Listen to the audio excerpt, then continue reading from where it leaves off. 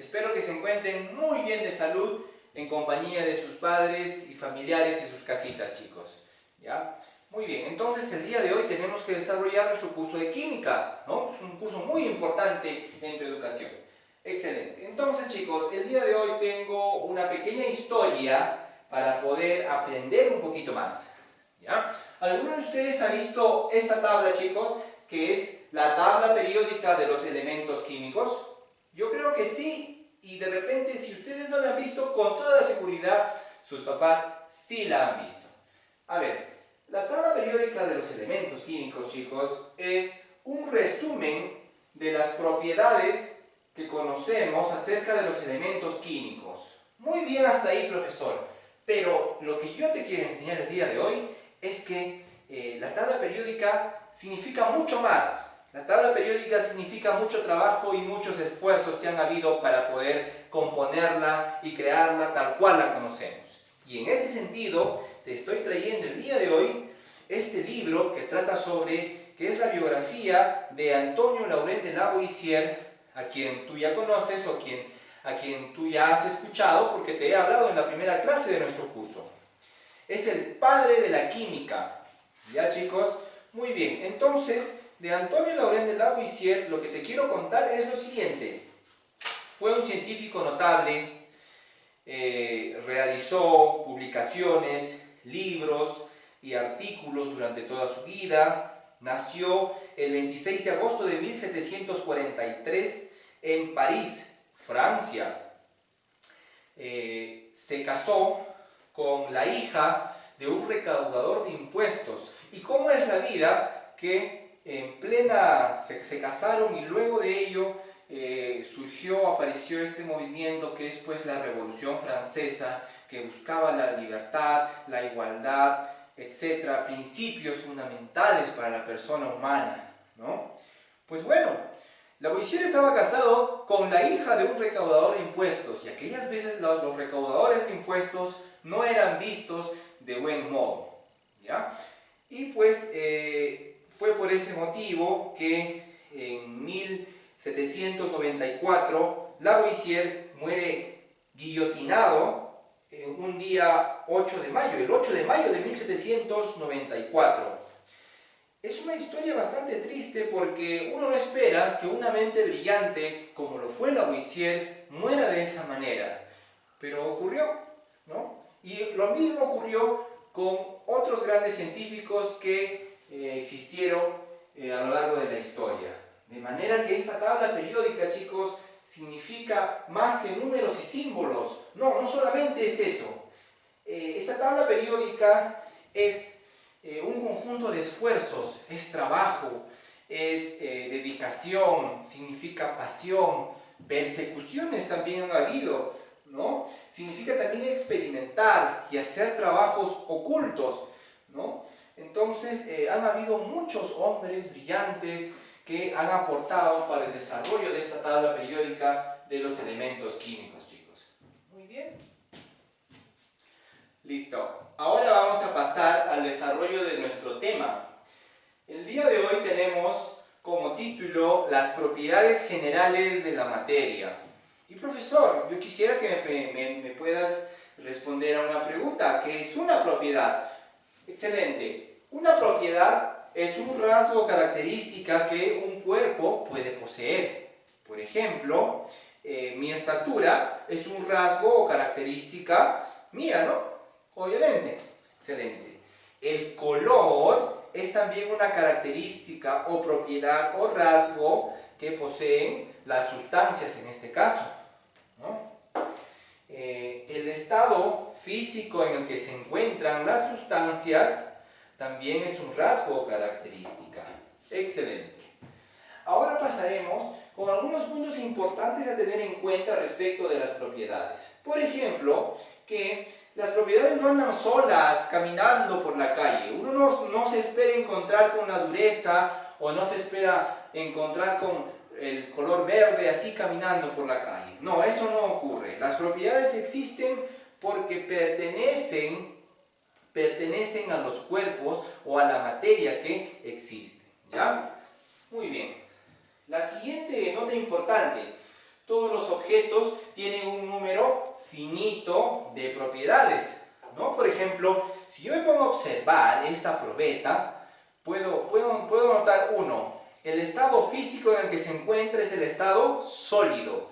El material del cual está hecho es vidrio. ¿Qué más? Su color es transparente. Muy bien, entonces en poco tiempo he logrado descubrir 3 propiedades, pero puede ser que tengan muchas más, naturalmente.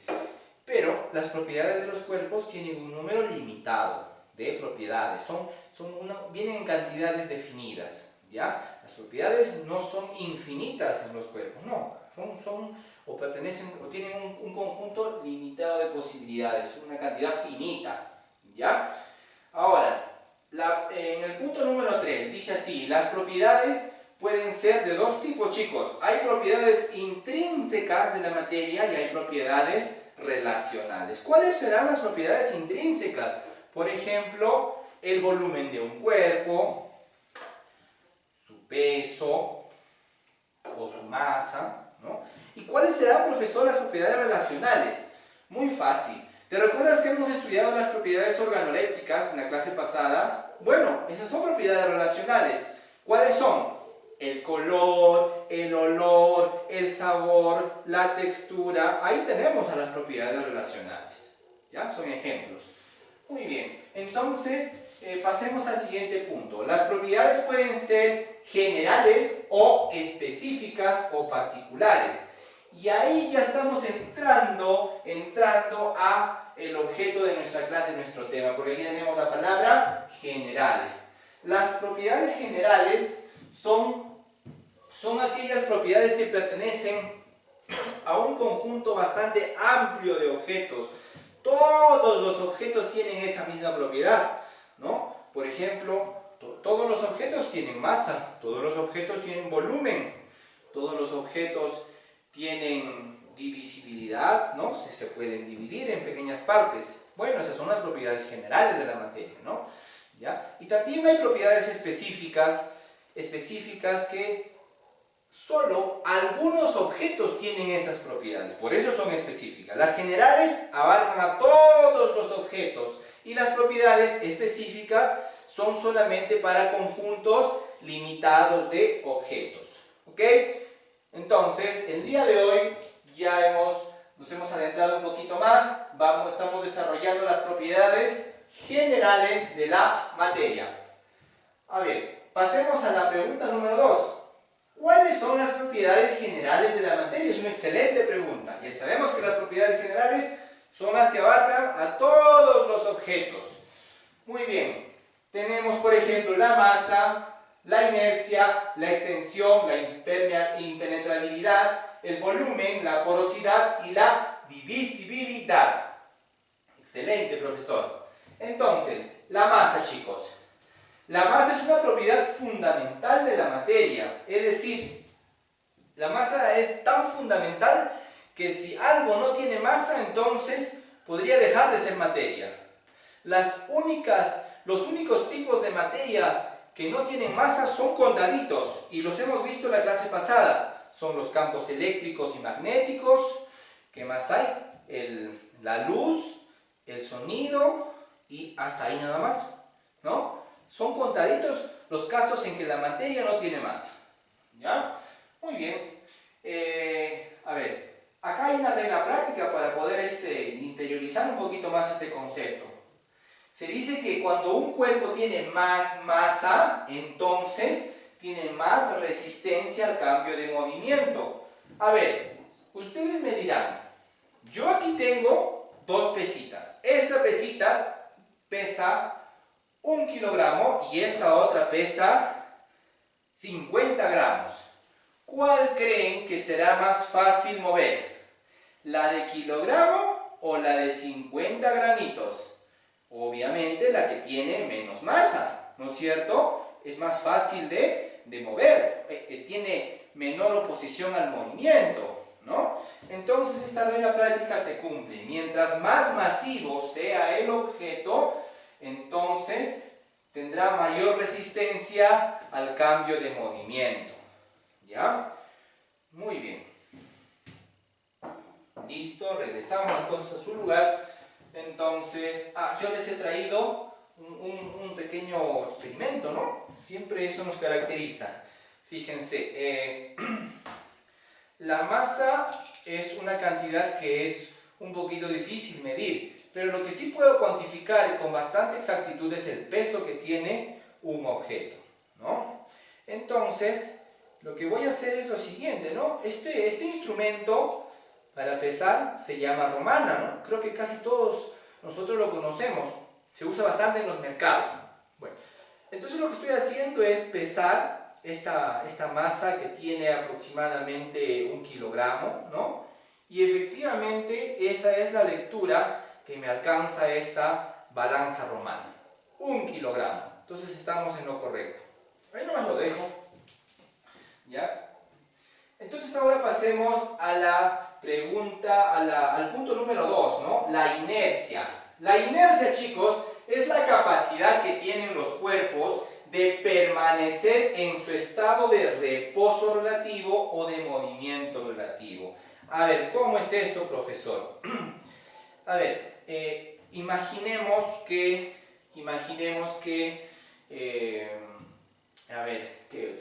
un objeto grande y masivo, por ejemplo, un camión cargado de verduras. Les pregunto, si cada uno de ustedes se propone, va y trata de empujarlo, ¿creen que lo van a mover? ¿Será fácil? No, para nada, ¿no? Es muy complicado mover un camión. ¿Por qué? Porque tiene mucha masa, ¿no? Y ahí viene el concepto de inercia. La inercia es aquella capacidad que tienen los cuerpos de permanecer en su estado de quietud o de movimiento a una velocidad constante. Intentemos con la pared, por ejemplo, o empujamos y empujamos la pared.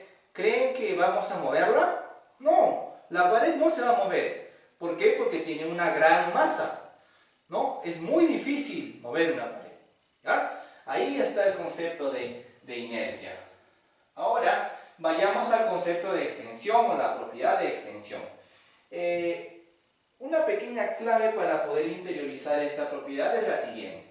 Todo cuerpo ocupa un lugar en el espacio. La consecuencia de este enunciado es el que aparece usualmente en los libros, que dice que dos cuerpos no pueden ocupar el mismo lugar, ¿no? Ya está. La extensión se puede cuantificar, no es algo que sea como un refrán que puede quedarse allí. La extensión, chicos, se puede determinar. Por ejemplo, ¿cuál es la extensión de un terreno? Para determinar la extensión de un terreno se puede medir, ¿no es cierto? Se mide su largo y su ancho, ¿no? Esta es una wincha bastante grande que nos permite medir, pues, áreas o longitudes bastante grandes. Muy bien. ¿Qué más? Supongamos que tenemos que medir algo más pequeño. Pues hay instrumentos para cada cosa. Miren ustedes. Yo puedo medir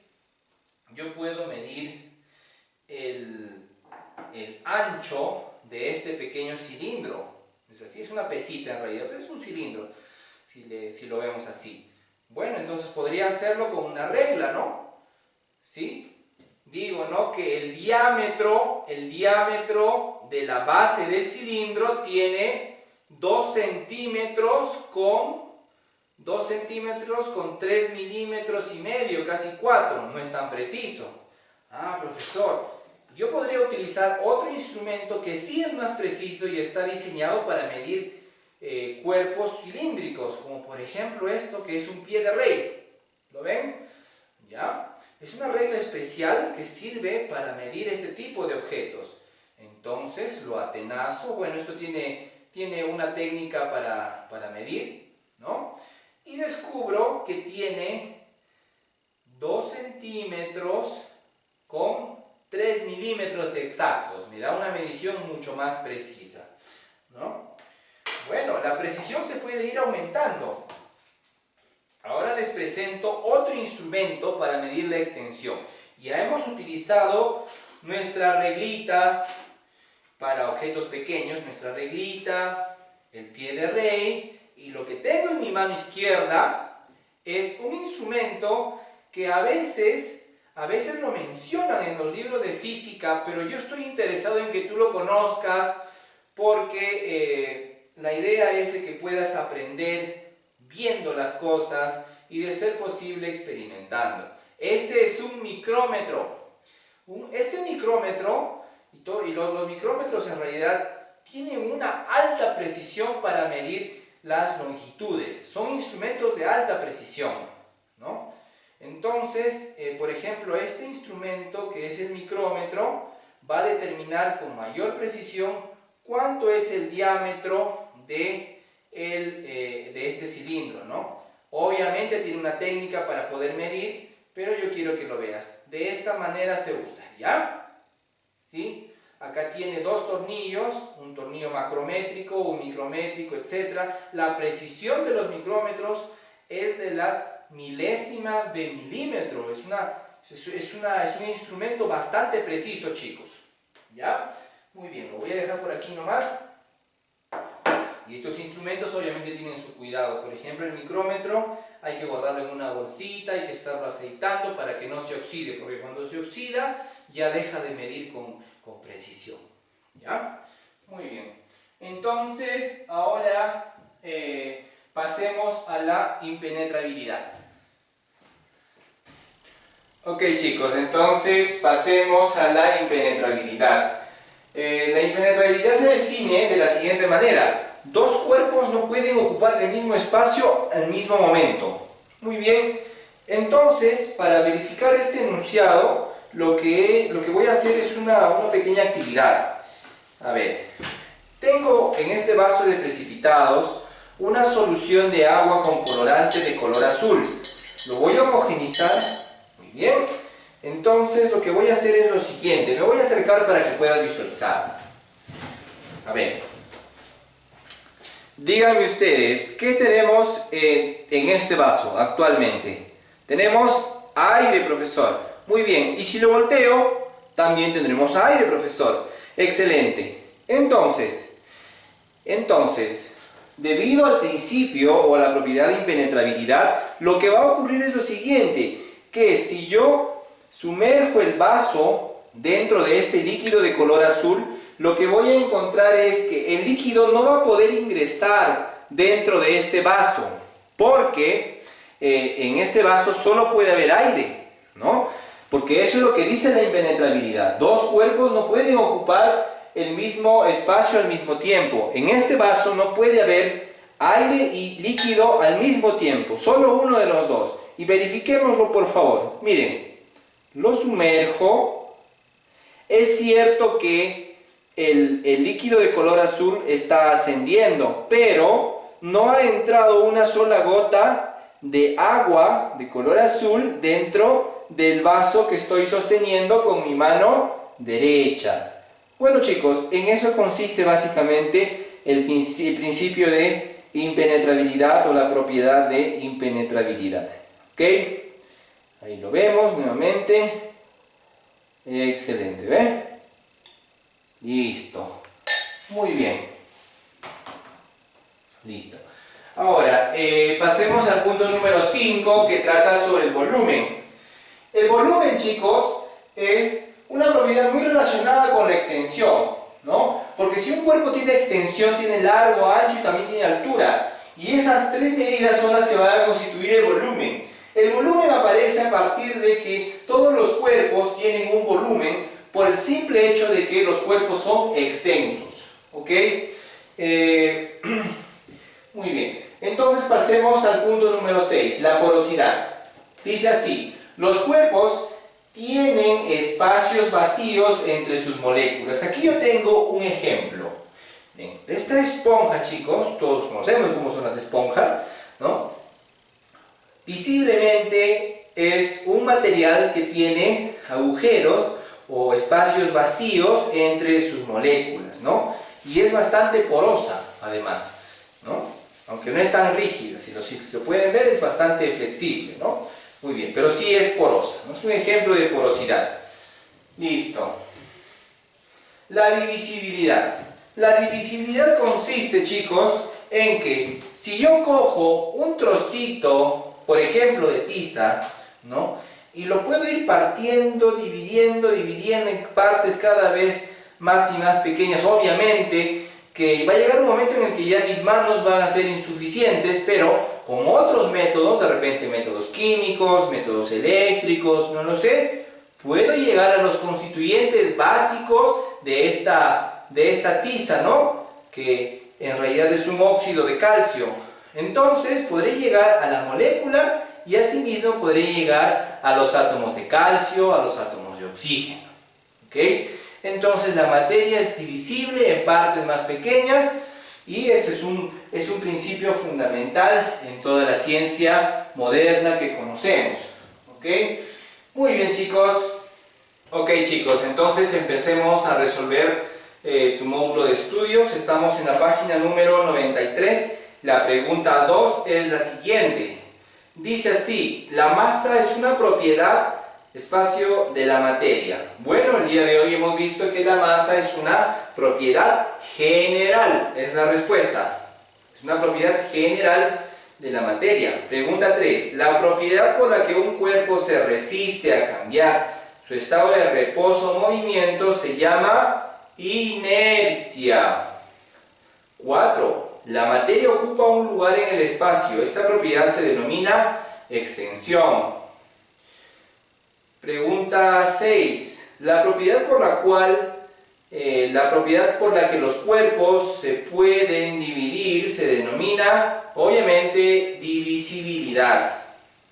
Pregunta 7. ¿Cómo se denomina la propiedad de los cuerpos que presentan espacios vacíos? Cuando escuches la palabra espacios vacíos, acuérdate de que estamos ante la porosidad. Porosidad es la respuesta.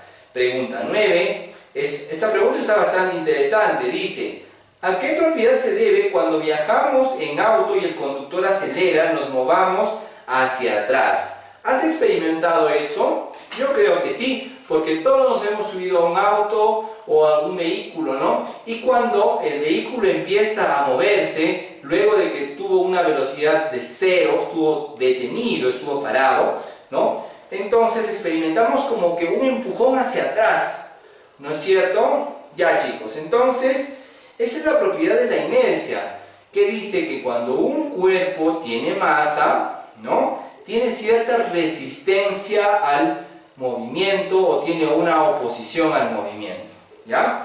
Entonces la respuesta de la 9 es inercia. Pregunta 10. ¿Qué propiedad apreciamos cuando puedo cortar una hoja de papel? Cuando puedo cortar o dividir una hojita de papel o puedo dividir cualquier cuerpo, estamos ante la divisibilidad. ¿Ok, chicos? Muy bien. Entonces, ya saben que va a quedar como asignación la página número 94 de tu módulo de estudios. ¿Ok? Y antes de retirarme, antes de finalizar esta clase, quería hacerte presente lo siguiente. Ya es bueno que lo sepas. Este instrumento sirve para medir volúmenes en química, ¿ya? Se llama bureta. Está construido a partir de, bueno, su material es un vidrio, ¿ok? Tiene cierta resistencia al calor, ¿ya? ¿Qué más? Tiene como si fuese un cañito en la parte inferior que sirve para dejar salir el agua o el líquido que se coloque por aquí arriba. Los líquidos se colocan por aquí arriba y con esta llave, con este cañito, entonces puedo dejar salir pequeñas cantidades de líquido con bastante precisión. Eso es lo bueno de las buretas, ¿ya? Es un instrumento que sirve para medir volúmenes de líquidos, ¿ok? Otro instrumento para medir volúmenes de líquidos es la probeta, ¿ya? ¿Ya? Muy bien. No es el único, también podemos utilizar las pipetas graduadas y existen otros instrumentos más, ¿ya? Entonces, estaría mal que yo te diga que un vaso de precipitados sirve para medir volúmenes, porque no es cierto, porque las medidas que están colocadas aquí no son exactas, ¿ok? ¿Ya? Entonces tenemos 3 instrumentos para medir los volúmenes de los líquidos en química. bureta, la probeta y las pipetas. ¿Ya? Muy bien, chicos. Nos estamos viendo hasta una nueva clase la próxima semana. Espero que se encuentren bien de salud en sus casitas. ¿Ya? Y sería todo. Gracias. Chao.